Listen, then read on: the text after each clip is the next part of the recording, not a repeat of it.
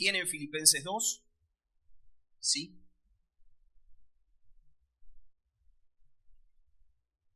Pablo dice así: por tanto, amados míos, como siempre habéis obedecido, no como en mi presencia solamente, sino mucho más ahora en mi ausencia, ocupaos de vuestra salvación con temor y temblor.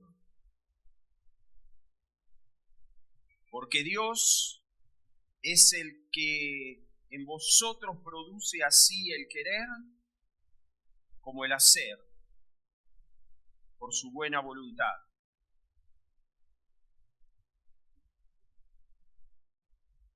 Hoy quiero hablarles,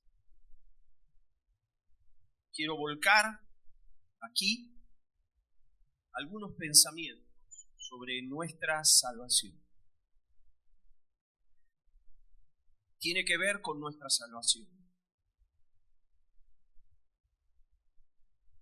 Porque acá Pablo le dice a los filipenses que es un bien, un patrimonio, la salvación que tenemos que cuidarla con temor y temblor.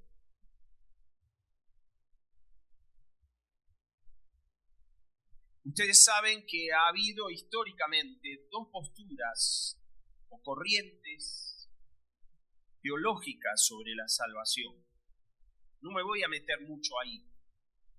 En realidad, sobre algo un poco más amplio que la salvación, pero abarca y toca el tema de la salvación.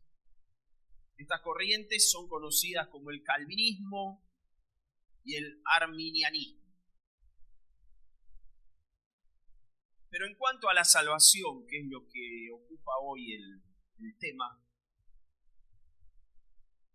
tal vez lo más controversial,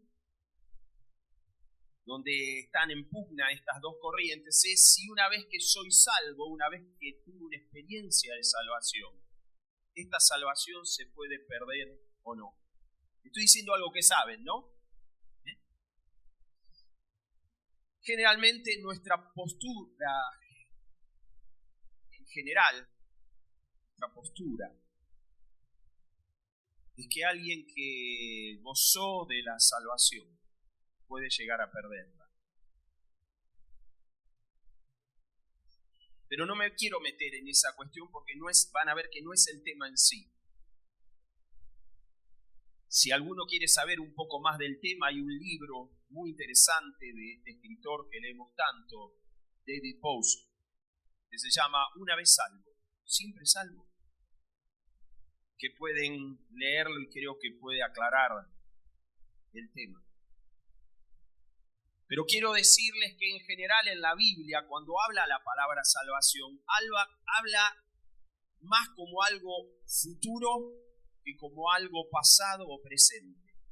Es algo que alcanza. Les doy solo un pasaje, Romanos 13:11. Cuando dice Pablo, ya es hora de levantarnos del sueño, porque ahora está más cerca de nosotros nuestra salvación que cuando creímos. Cuando creímos empezó el tema y está más cerca. Hoy está más cerca nuestra salvación. En Hebreos 9:28 dice algo parecido.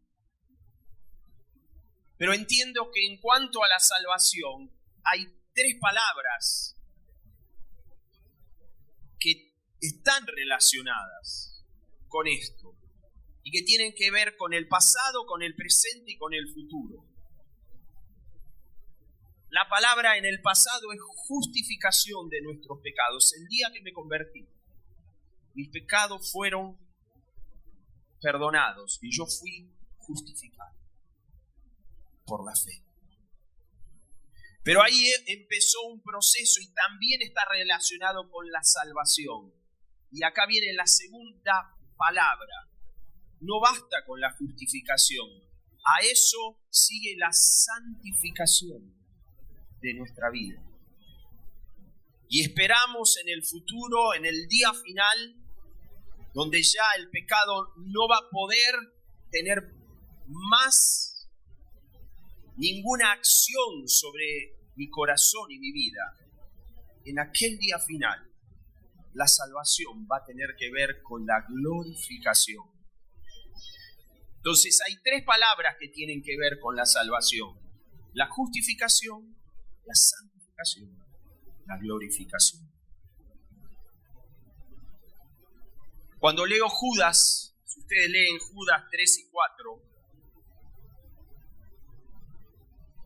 Judas dice: amados, por la gran solicitud que tenía de escribiros acerca de nuestra común salvación, me ha sido necesario escribiros exhortándoos que contendáis ardientemente por la fe que ha sido una vez dada a los santos.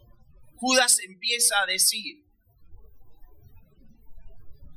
qué bueno que está ahí en el monitor, no me había dado cuenta, gracias, que en cuanto a la salvación tenemos que luchar, contender ardientemente por aquella fe que recibimos. Porque algunos hombres han entrado encubiertamente, son espías, los que desde antes habían sido destinados para esta condenación. Hombres impíos que convierten en libertinaje la gracia de nuestro Dios y niegan a Dios, el único soberano, y a nuestro Señor Jesucristo. Judas advierte que en la iglesia que él estaba ahí relacionado había hombres que se habían introducido encubiertamente, espías, dije recién, y que venían a traer engaños y un ambiente permisivo. Yo no sé si entre nosotros, y quiero creer que no hay hombres que sean personas que se han introducido para traer todo esto, pero creo que hay corrientes que sí se meten entre nosotros. Hay filosofías contrarias a las Escrituras que a veces se meten entre nosotros. Hay engaños. El engaño no es todo mentira, tiene una parte de verdad. Creemos la verdad, nos entra con la verdad la mentira. Y hay tendencias livianas dentro de la iglesia hoy.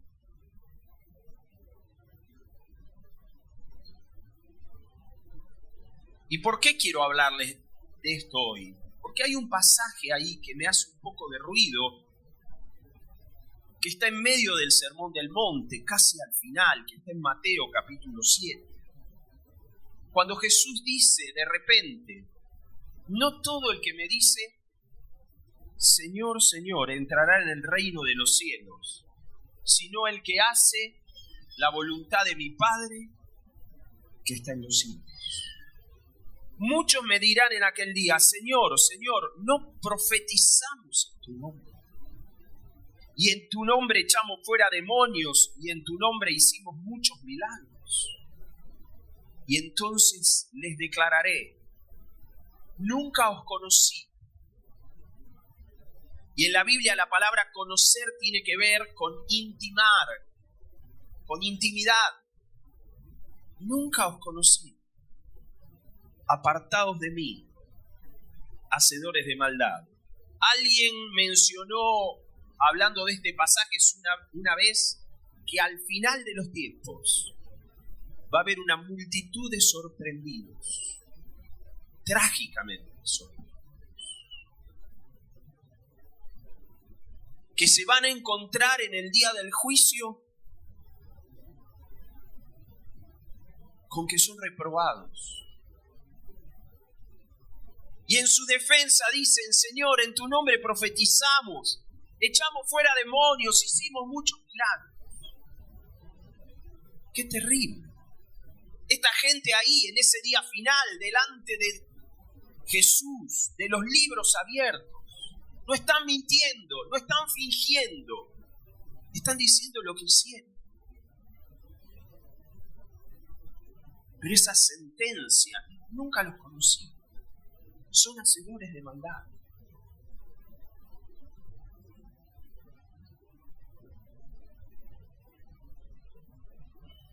Lo que quiero hablar no es para condenar a nadie. La realidad es que estos pasajes me interpelaron a mí, me hicieron preguntarme muchas cosas. Pero también pienso en mis hijos, en mi familia, en los hermanos cercanos y en amor también a todos ustedes.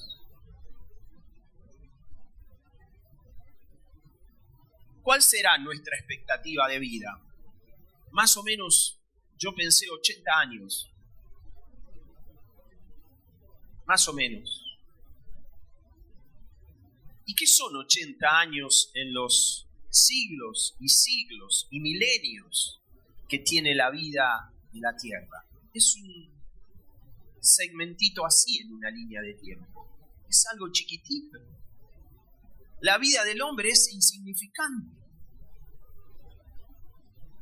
No vivimos nada.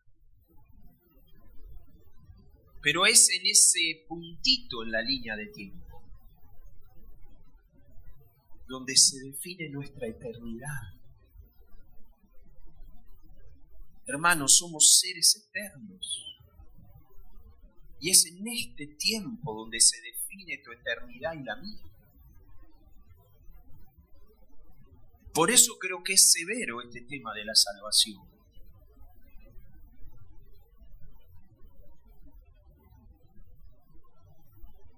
Y sí, tengo que decir que es una advertencia, si quieren tomarlo, una amonestación. Porque todavía estamos en un tiempo de gracia. Todavía es tiempo de gracia. Todavía podemos corregir rumbos, todavía podemos calentar lo que se ha entibiado. Todavía podemos volvernos en un amor intenso al Señor. Y quiero dejar sobre la mesa algunas consideraciones, 3 consideraciones. Sobre la salvación. La primera que quiero dejarles es que nuestra salvación está relacionada, relacionada con el hecho de que nuestras vidas estén correctamente fundamentadas, que haya un cimiento y un fundamento correcto en nuestras vidas. Ustedes saben, bueno, algunos de los que estaban acá están en construcción y algunos de ustedes están en el tema de la construcción, pero ustedes saben que en toda construcción lo principal es el cimiento, el fundamento. Sobre eso, y cuando más profundo es, más podemos edificar. Y si hacemos una casa sin fundamento, ¿saben lo que pasa? Se cae todo. Entonces, la primera consideración que pongo aquí a analizar, o pregunta es, ¿están nuestras vidas correctamente fundamentadas?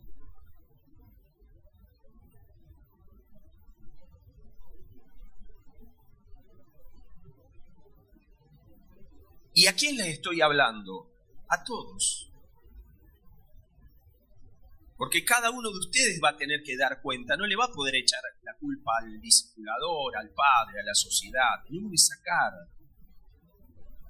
eso freudiano de nosotros, que a veces tenemos, perdón los psicólogos. O de una forma bíblica, tenemos que sacar lo adámico que tenemos. La mujer que tú me diste, fue la mujer y fuiste vos, porque me la diste. Tenemos que sacar eso. Porque cada uno tendrá que dar cuenta de sí mismo.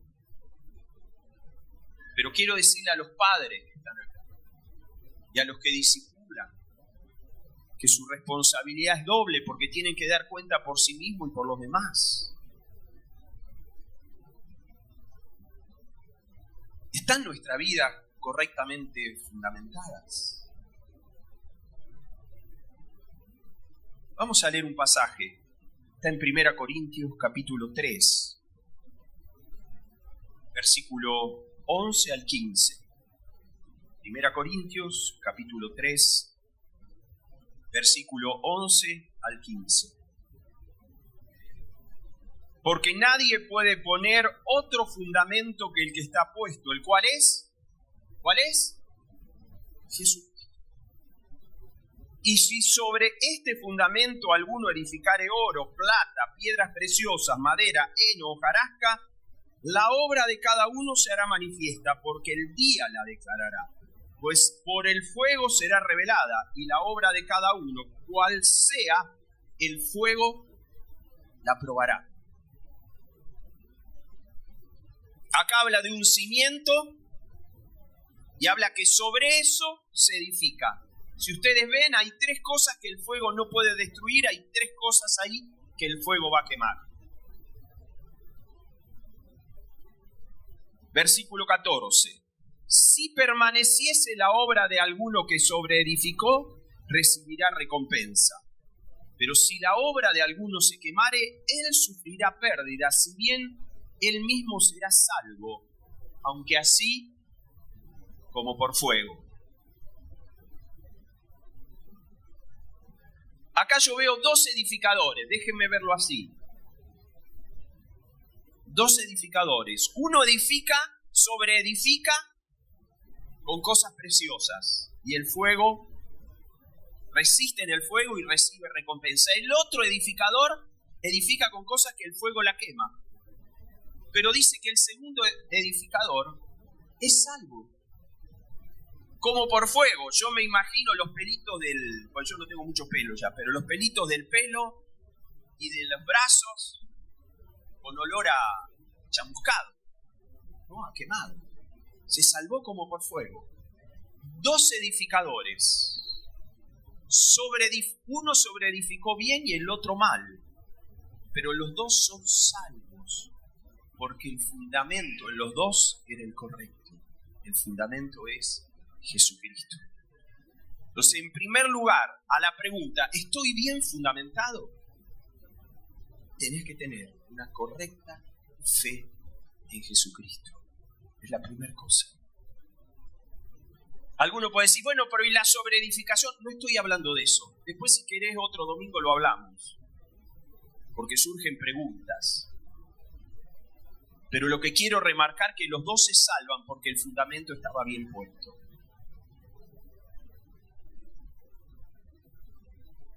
El fundamento es Jesucristo. ¿Quién es Jesús? ¿Quién es aquel en el que creímos? Déjenme que la propia Biblia nos defina quién es. Juan dice, en el principio era el Verbo. Y el Verbo era Dios. Este era en el principio con Dios. Todas las cosas por Él fueron hechas y sin Él nada de lo que ha sido hecho.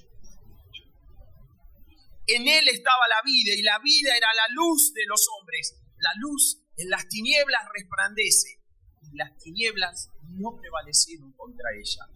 Aquella luz verdadera que alumbra a todo hombre venía a este mundo. En el mundo estaba y el mundo por Él fue hecho. Pero el mundo no le conoció. A los suyos vino y los suyos no le recibieron. Mas a todos los que le recibieron, a los que creen en su nombre, les dio potestad de ser hechos hijos de Dios. Acá estás vos.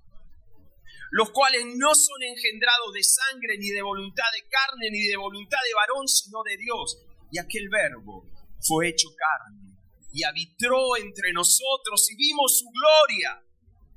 Gloria como del unigénito del Padre, lleno de gracia y de verdad. Este es Jesús. ¿Qué les parece? ¿Quieren saber más de Jesús? Él es, dice Pablo en Colosenses 1:15, Él es la imagen del Dios invisible, el primogénito, el heredero de toda creación. Porque en Él fueron creadas todas las cosas, las que están en los cielos y las que están en la tierra, visibles e invisibles, sean tronos, sean dominios, sean principados, sean potestades. Todo fue creado por medio de Él y para Él. Y Él es antes de todas las cosas, y todas las cosas en Él subsisten. Y Él es la cabeza del cuerpo, que es la iglesia. Él, que es el principio, el primogénito de entre los muertos, para que en todo tenga la preeminencia. Y podríamos seguir. Por ejemplo, Filipenses 2, ustedes lo saben de memoria. Dice que Él no estimó el ser igual a Dios como cosa que aferrarse. Y habla de el sacrificio de Jesús. Dice, por lo cual Dios también lo exaltó hasta lo sumo.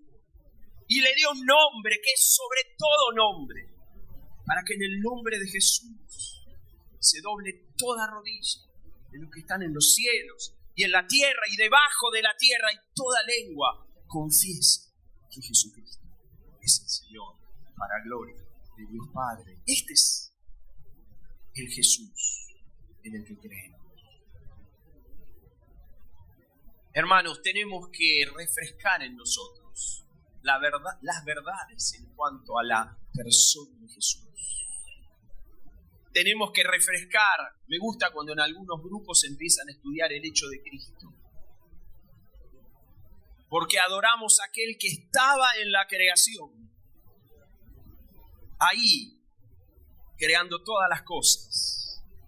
Adoramos a aquel que por tu pecado y mi pecado dejó su gloria para ser un niño en Belén. Muchos de los coros que cantamos hoy hablan de esto, gracias a los hermanos que contribuyeron con eso. Creemos que Jesús estuvo entre nosotros y no hubo pecado ni se halló engaño en su boca. Creemos que fue lleno con el Espíritu Santo y estuvo haciendo bienes y deshaciendo la obra del diablo. Creemos que murió en esa cruz y resucitó al tercer día y está sentado a la diestra del Padre. Creemos que hoy intercede por nosotros, es nuestro abogado y pronto viene otra vez y ahí le veremos. ¿Creemos eso?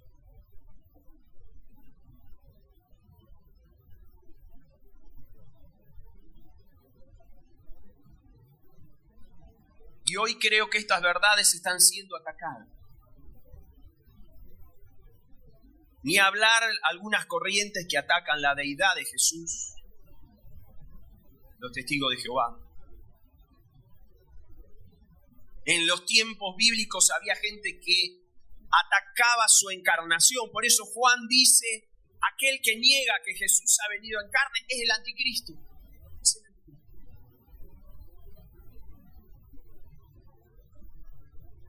Algunas religiones, ustedes saben que los musulmanes creen que Jesús nació de una virgen y que hizo milagros, pero creen que no murió en la cruz, que Alá se lo llevó antes y puso a otro en la cruz.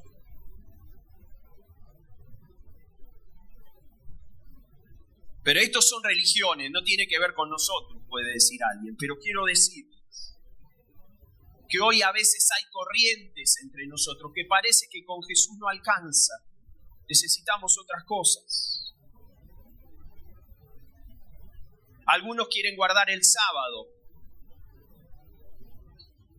Otros, no, tenemos que respetar las fiestas judías. Hoy hay corriente judaizante que no es lo mismo que otra palabra que aparece por ahí dando vuelta que se llama sionismo. No es lo mismo. El judaizante es el que quiere que vuelvas a las prácticas del antiguo pacto, del pacto que Dios hizo con Moisés.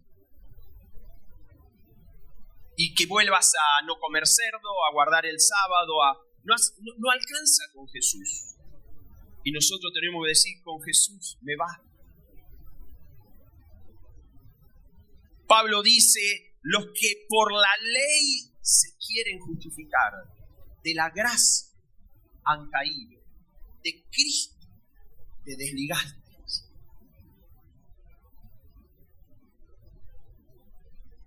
Entonces, en primer lugar, necesitamos para una correcta fundamentación, una correcta fe en la persona de Jesús. Basta con esto para estar fundamentado. Quiero ir a otro pasaje. Síganme, por favor. Mateo 7, del 24 al 27. Mateo 7, del 24 al 27. Cualquiera pues que me oye estas palabras y las hace, le compararé a un hombre prudente que edificó su casa sobre la roca. Y descendió lluvia, vinieron ríos, soplaron vientos y golpearon contra aquella casa y no cayó, porque estaba fundada sobre la roca. Pero cualquiera que me oye estas palabras y no las hace, le compararé a un hombre insensato que edificó su casa sobre la arena.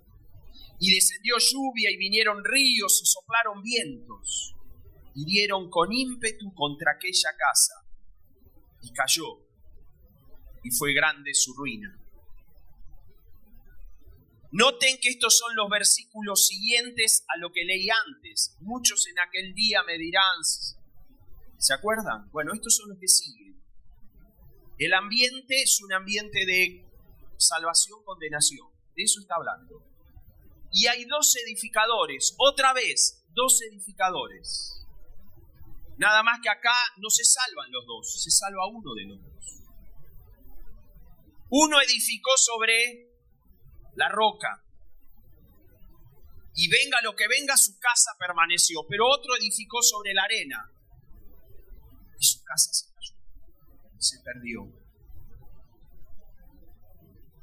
¿Y cuál es la diferencia entre estos dos edificadores? Presten atención. Cuando Jesús habla del prudente, dice, oyó mi palabra y la hizo. Del otro que dice, del insensato, oyó mi palabra y no la hizo. Acá no es un tema de sordera, todos están escuchando, los dos edificadores. Es un tema del corazón y de qué hago con la palabra de Jesús.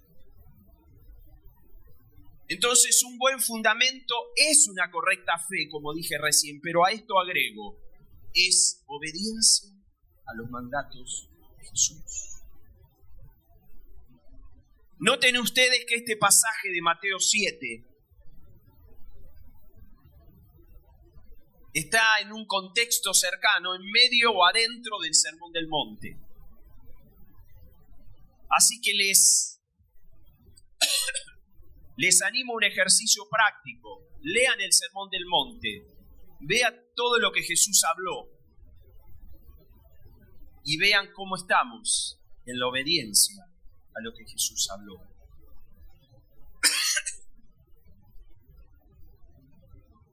Yo puedo solo hacer referencia a pocas cosas. Y les dejo la tarea mayor para ustedes. Pero acá, por ejemplo, Jesús, en el Sermón del Monte, para dar algunos ejemplos, compara el enojo con el homicidio. Lo iguala. Y nosotros a veces sentimos tanta libertad de enojarnos con uno y con otro. Y por ahí hay hermanos con los que no nos hablamos por días. Y venimos acá y tomamos la cena en esta condición, comiendo y bebiendo juicio para nosotros mismos. Y Jesús dice, el que oye mis palabras y las hace, lo compararé a un hombre prudente. Y después también Jesús dice en ese sermón, ¡hey! El que mira a una mujer para codiciarla, ya adulteró con ella en su corazón.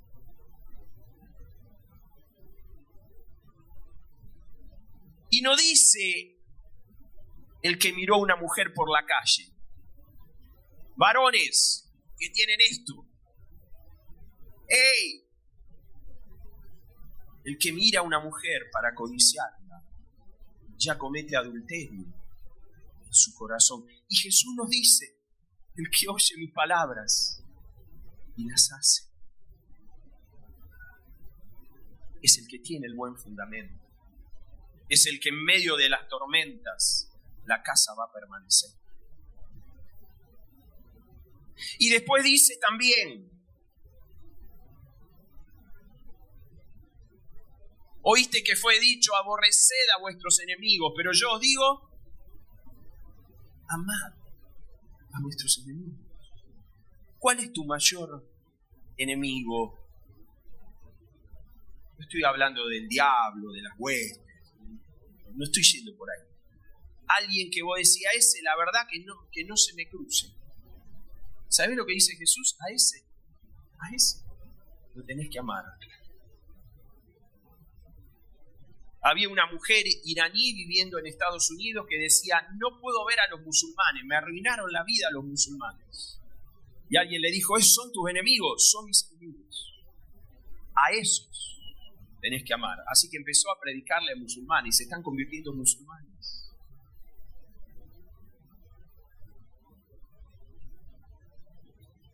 Hoy que lo que impera son discursos del odio,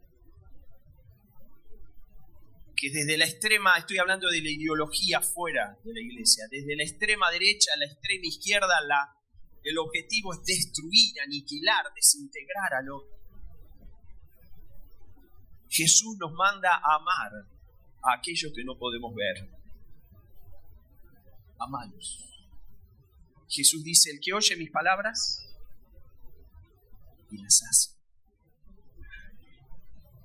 Jesús dice que cuando oremos no lo hagamos para ser visto. Dice que cuando demos a los necesitados no lo hagamos para ser reconocidos.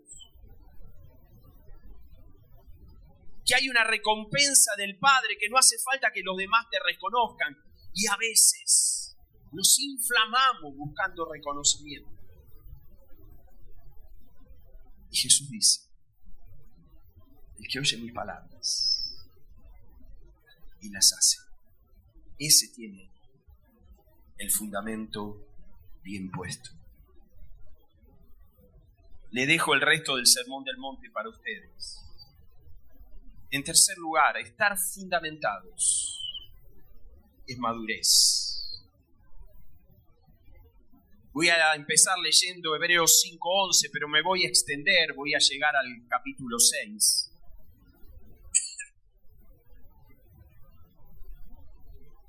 Acerca de esto, dice el escritor de Hebreo, tenemos mucho que decir y difícil de explicar, por cuanto os habéis hecho tardos para oír. Porque debiendo ser ya maestros, después de tanto tiempo, está hablándole a los que hace mucho tiempo que están, no a los nuevos. Tenéis necesidad de que se os vuelva a enseñar cuáles son los primeros rudimentos de la palabra de Dios, y habéis llegado a ser tales que tenéis necesidad de leche y no de alimento sólido. Paro un segundito acá. Está hablando de una realidad de gente dentro de la iglesia. Debería estar comiendo alimento sólido, pero lo único que puede comer son las primeras cosas, leche.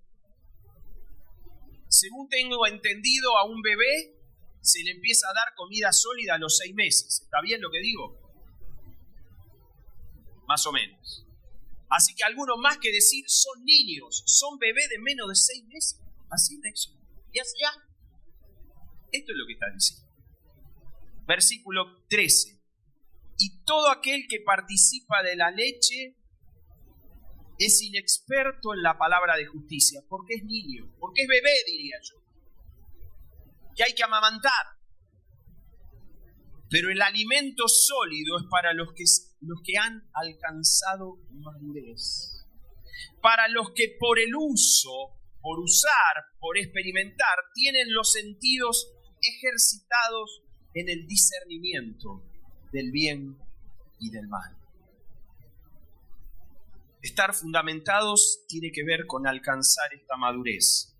Por eso dice el capítulo 6, por tanto, dejando ya los rudimentos de la doctrina de Cristo, vamos adelante a la perfección, vamos a sobreedificar, no echando otra vez el fundamento. Y acá habla de qué es el fundamento, es una serie de temas.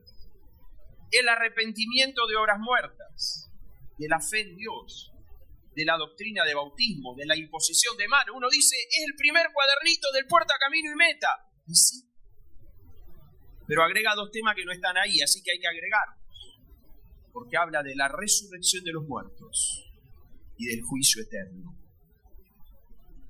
Lo que sigue en Hebreos 6 es una palabra muy dura, una palabra de juicio. Así que buen fundamento es madurez, es lo contrario a ser un bebé espiritual. Y la pregunta que quiero hacerles, ¿qué somos? ¿Somos familia o somos un hogar de niños? Porque cuando somos familia hay muchos padres y madres, hay muchos jóvenes y muchos niños. ¿Está bien? Pero si somos 3 o 4 padres y el resto son todos niños, ni siquiera jóvenes, lo que tenemos es un hogar de niños, no una familia. ¿Qué somos? Necesitamos hermanos que ya se bautizaron, que están empezando a caminar, pero que empiezan a madurar. Que hagan suya las palabras de Juan, porque Juan nos habla de padres, de jóvenes, de niños, pero cuando le escribe a los jóvenes espirituales, dice, os escribo a vosotros jóvenes porque sois fuertes, y la palabra de Dios permanece en vosotros, y habéis vencido el maligno. El que alcanza madurez no solo obedece la palabra de Jesús con respecto al pecado. Esto no lo hago porque Jesús dijo es pecado, no lo hago. Va más allá. Aprende a discernir por el ejercicio qué es de aquello que es lícito, que no es pecado, lo que no te conviene. Hay cosas que no son necesariamente pecado, pero no te conviene. Hay cosas que no son necesariamente pecado, pero yo no me voy a dejar dominar por el fútbol, por la televisión, por la política, etcétera, etcétera, etcétera. No me voy a dejar dominar. Porque estoy, por la madurez que tengo, discerniendo entre lo bueno y lo malo. Amén, hermanos. Esta es la primera consideración. Así que hoy van a comer tarde, en la primera. O se van a ir y me van a dejar solo, no solo acá, sino acá, ¿no? Pero no, vamos a apurar. Esta es la primera consideración. La salvación tiene que ver con un buen fundamento. El buen fundamento tiene que ver con una correcta fe, con obedecer el mandamiento de Jesús y con madurez. Voy a la segunda consideración, que está relacionada con la primera. Hebreos capítulo 12, versículo 14, dice, seguid la paz con todos y la santidad, sin la cual nadie verá al Señor. Hermanos, en el mundo hoy vivimos un ateísmo práctico.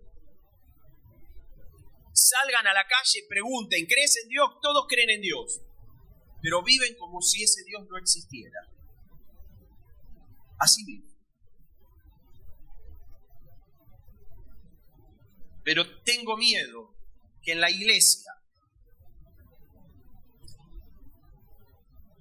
estemos viviendo con un escaso temor de Dios y a veces con una ausencia completa de ese temor. Ustedes saben que hay una corriente antibíblica, en Estados Unidos es muy popular, pero acá también está, que se llama la hipergracia. ¿Lo escucharon nombrar?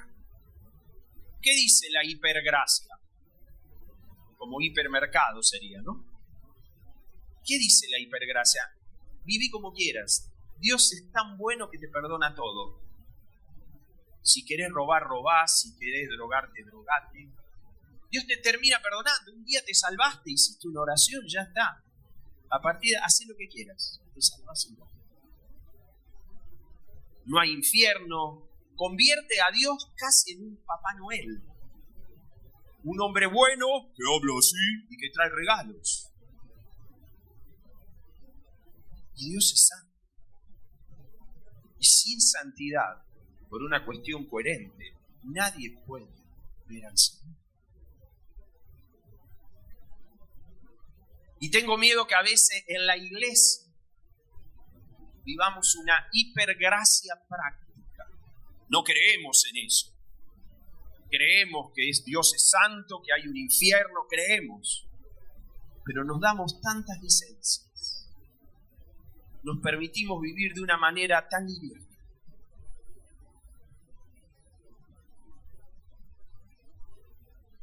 Y sin santidad, nadie verá al Señor. Miren, hermanos, a la luz bíblica, la práctica del pecado es algo severo. Juan dice, escuchen bien, 1 Juan 3:8, el que practica el pecado es del diablo. Ahora, una aclaración, porque también en la misma carta Juan dice, el que dice que no tiene pecado es mentiroso. No estoy diciendo que no pecamos. Acá Juan está diciendo el que practica el pecado. El que practica. Acá la tengo a Inés cerca. Inés, imagínense que se enojó hoy con el marido. Espero que no sea el día. Se enojó hoy con el marido. Bueno, vale, pida perdón, se arregla. Pecó, se arregló. Pero resulta que Inés está el domingo enojado, el lunes enojada, el martes enojada, todos los días enojada. Perdón, está practicando el pecado. No se ponga el sol sobre vuestro enojo. Está practicando el pecado. Y Juan dice, el que practica el pecado es del diablo.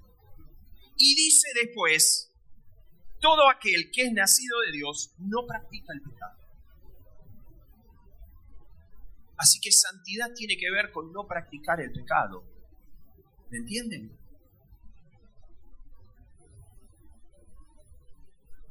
Santidad tiene que ver también con no amar al mundo.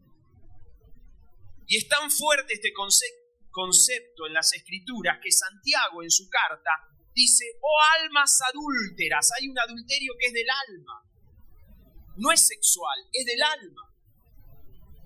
Almas adúlteras, ¿no sabéis que la amistad con el mundo es enemistad contra Dios?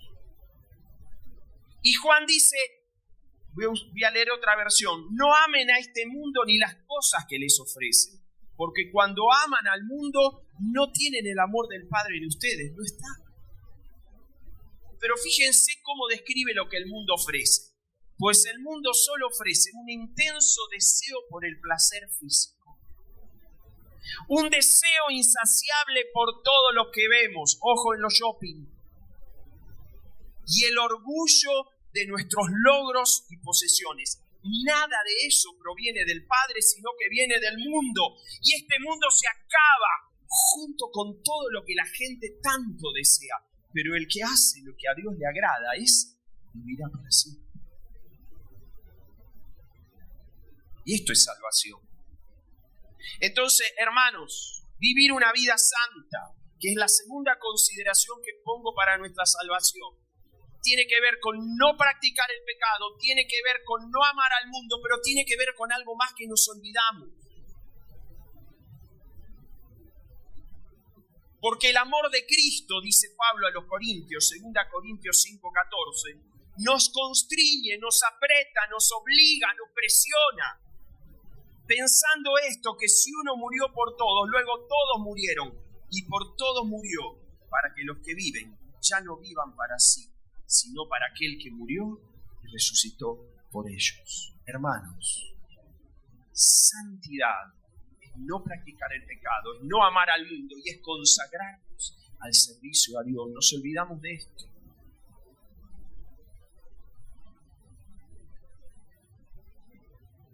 Tengo temor que tengamos un cristianismo del tipo, no peco, soy buenito, voy a todas las reuniones, pero santidad es mucho más que eso. Tengo temor, y lo digo con mucho cuidado, que nos parezcamos a algún cristianismo que veo a veces, por ejemplo, en Estados Unidos. Si ustedes empiezan a preguntar, todos son cristianos evangélicos en Estados Unidos. presidentes, senadores, congresistas, todos. Pero después cuando uno empieza a ver, hay un cristianismo del tipo: soy santo los domingos y del lunes al sábado estoy en mis cosas. Pero el cristianismo de las Escrituras es un cristianismo que se consagra a Dios. Pablo lo dice así a los romanos: porque ninguno de nosotros vive para sí y ninguno muere para sí. Romanos 14:7. Pues si vivimos, para el Señor vivimos, y si morimos, para el Señor morimos. Así pues, sea que vivamos o que muramos, del Señor somos. Acá habla de la vida y habla de la muerte. Nosotros hablamos mucho de la vida, no hablamos tanto de la muerte. Pero Pablo dice: para mí el vivir es Cristo. Y el morir, ¿saben cómo dice? Es lucro, le decía Marcelo. Es negocio. Mi muerte es negocio. No estoy apelando al suicidio, por favor, ustedes me entienden. Pero para Pablo había una ventaja en la muerte. Ahora voy a decir después un poco más de esto. Pero para él el vivir era esto: vivo para Cristo, y si no, mejor no estoy.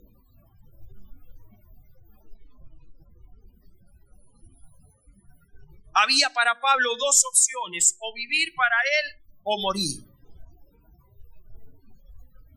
Y hoy veo a veces entre nosotros una vida de este tipo: vivo para mí, no practico el pecado otra vez, cumplo con lo que hay que cumplir, pero después vivo para mí. Para mis proyectos, para mi prosperidad, para mis negocios.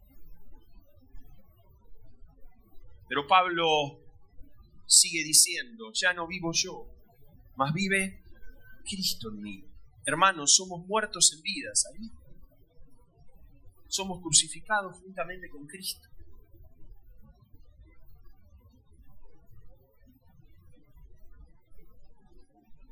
Y quiero decirles que toda esta santidad y todo este servicio a Dios que hablo no pueden ser impuestos. Yo no se los puedo imponer. Tampoco es solo fruto de un esfuerzo personal. Tenemos que volver a enamorarnos de Jesús. Tenemos que volver al principio, cuando el Espíritu Santo nos tocó y nos llenó de alegría y de gozo de la salvación. Tenemos que volver ahí. Tenemos que mirar a Jesús, que es la verdadera adoración. Gracias a Dios, otra vez digo, mucho de lo que cantamos hoy fue para mirar a Jesús. Tenemos que experimentar otra vez una renovación nueva en el Espíritu. Voy a la tercera consideración, la última.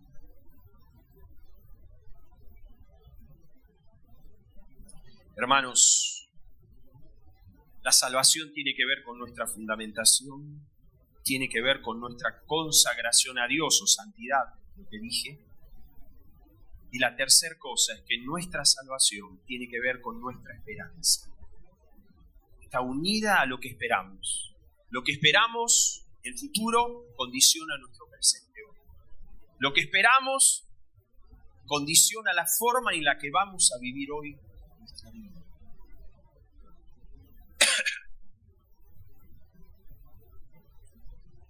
En Romanos 8, del 18 al 24, no lo voy a leer todo. Pablo empieza diciendo: pues tengo por cierto que las aflicciones del tiempo presente no son comparables con la gloria venidera que en nosotros ha de manifestarse. Estás sufriendo hoy, quiero decirte, hacelo con paciencia, porque viene una gloria futura. Después habla Pablo, por eso dije no lo voy a leer, habla de que la creación está gimiendo, esperando la manifestación de los hijos de Dios. Hay toda una ebullición. Y algunos dicen, claro, la manifestación de los hijos de Dios es que tenemos que ponernos a predicar. No es lo que Pablo está diciendo.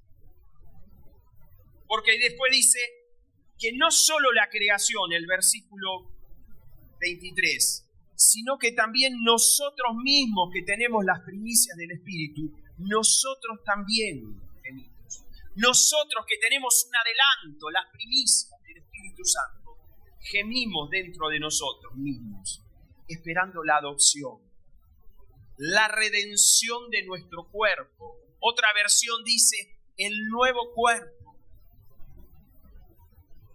que Dios me prometió.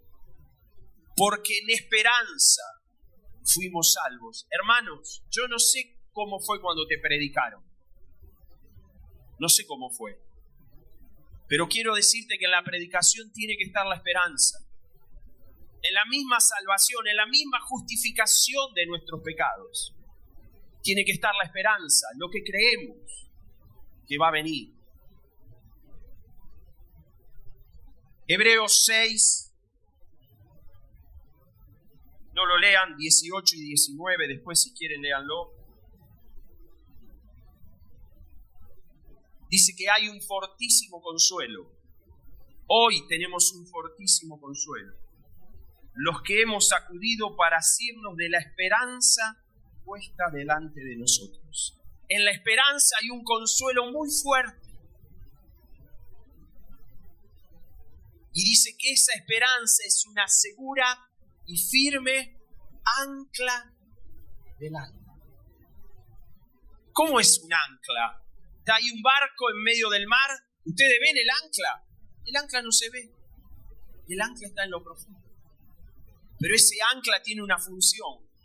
Pueden venir tormentas, pueden venir vientos, pero el barco no se mueve porque el ancla está firme.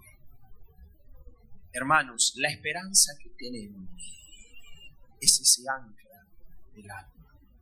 Y yo me pregunto, porque todos nosotros tenemos amigos queridos que han estado con nosotros y ya no están, que se han apartado, no que se han ido a otra congregación. Está bien, siguen en el Señor, pero se han apartado y se han ido al pecado. Creo que todos nosotros tenemos alguno, ¿no es así? Y yo la pregunta que me hago al ver la multitud de los apartados es si tenían el ancla, si sus vidas estaban ancladas con la esperanza de las Escrituras. Pero quiero decirles, todavía no dije cuál es la esperanza, aunque muchos saben, y con esto voy a terminar. En toda la Biblia, la esperanza no está unida a algo que la iglesia va a hacer. En toda la Biblia, cuando aparece la palabra esperanza, está íntimamente relacionada con el regreso de Jesús. Tito dice, aguardando la esperanza bienaventurada y la manifestación gloriosa de nuestro gran Dios y Salvador Jesucristo. Pablo a Tito, cuando le escribe, dice que esta esperanza es feliz, nos llena de felicidad. Y dice que también trae una manifestación de gloria. Por eso los primeros cristianos no tenían miedo de morir, aún no tenían miedo de ser perseguidos, porque había algo que venía, había algo glorioso. Cuando la Biblia habla de los tiempos finales, habla de dolores de parto, y yo le pregunto a las mamás, todas las mamás que hay acá, cuando supieron que tenían un bebé, cuando supieron que habían concebido, ¿en qué pensaron? ¡Ay, el parto, los dolores! No pensaron en eso, pensaron en la gloria que venía. Y hermanos, por supuesto que viene persecución, por supuesto que viene tribulación, pero viene una gloria, que es la gloria del alumbramiento. Esa es nuestra esperanza. Anhelamos el día donde todo ojo le verá, donde toda lengua confesará, donde toda rodilla se doblará. Hoy cantábamos, a ver si me ayudan, esta canción, mi alma, ¿cómo cantábamos? Clama por ti. Y uno dice, ¿por qué mi alma clama por él si tengo el Espíritu Santo? ¿Es bíblico esto que estamos cantando? Y quiero decirles, sí, es bíblico. Porque mi alma clama por ti. Ven, Señor Jesús. Es el clamor del Espíritu, es el clamor de la iglesia. Ven, Señor Jesús. Ven, Señor Jesús. Ven, Señor Jesús. No me importa lo que me digan, no me importa morir. Si estás muy atado a la vida, quiero decirte que hoy puede ser tu último día, perdón por lo que digas. Y puede ser mi último día. Porque si la expectativa que dije antes son 80 años, tal vez yo sea el que tire el promedio para abajo. Puede ser. Puede ser. Pero mi vida es Cristo y mi muerte es ganancia. Y lo que anhelo, lo que deseo no es lograr cosas en esta tierra. Lo que deseo es ver con mis ojos a aquel a quien hace años le oro sin ver. Y mi alma clama, tengo sed de ver. Y el día que esa bendita esperanza se haga realidad, el día que Jesús vuelva, van a pasar cosas. Lo primero, y no estoy hablando de posturas, no me quiero meter por ahí. Lo primero, lo que dije recién, vamos a ver al Señor cara a cara. Y como dice Marcos Vidal, y abrazarme a sus heridas. Puede ser. Imagínense ese día, mi cuerpo que se va, hoy estoy con bastante resfrío, pero veo que mi cuerpo se va deteriorando. Dicho de otra forma, me voy poniendo viejo. Pero en aquel día, Dios me va a dar un nuevo cuerpo.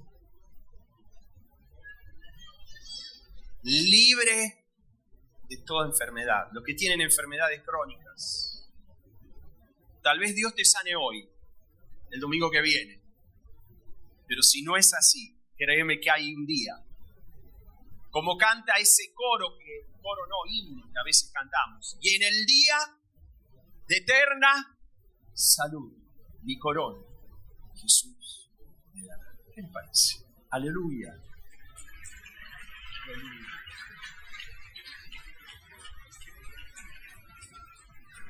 En aquel día, las tumbas se van a abrir y los muertos en Cristo van a resucitar. Y aquellos que hoy, hace años que no vemos más, o hace meses, o hace días que no vemos más, pero murieron firmes, perseverando hasta el final en su fe, en ese día se van a levantar con cuerpos nuevos y vamos a tener la más grande de todas las reuniones que hayan podido experimentar. Porque ahí no va a faltar nadie, vamos a estar todos. En aquel día no va a haber más dolor, no va a haber más angustia. Toda lágrima va a ser secada, no va a haber más tristeza. Va a haber paz eterna, va a haber felicidad plena. Entraremos en el gozo de nuestro Señor. En aquel día, finalmente, el reino de Dios por el que tanto hemos trabajado y proclamado, aquel reino se va a establecer finalmente sobre esta tierra.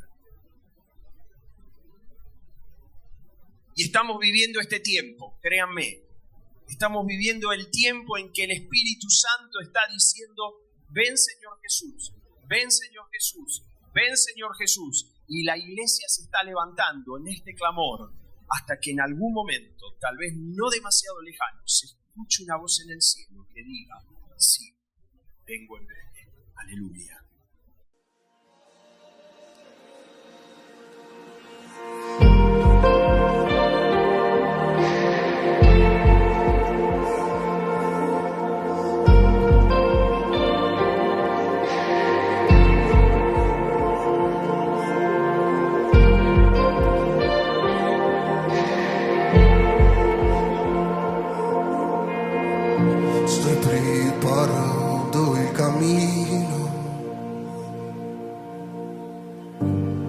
Enderezando las feridas y cada vez más disminuyendo, porque importa que Él crezca. Mi placer en Él está. Yo no soy digno de desatar sus sandalias. Mi vida entera en Él está, y yo camino con la certeza de que volverá. ti.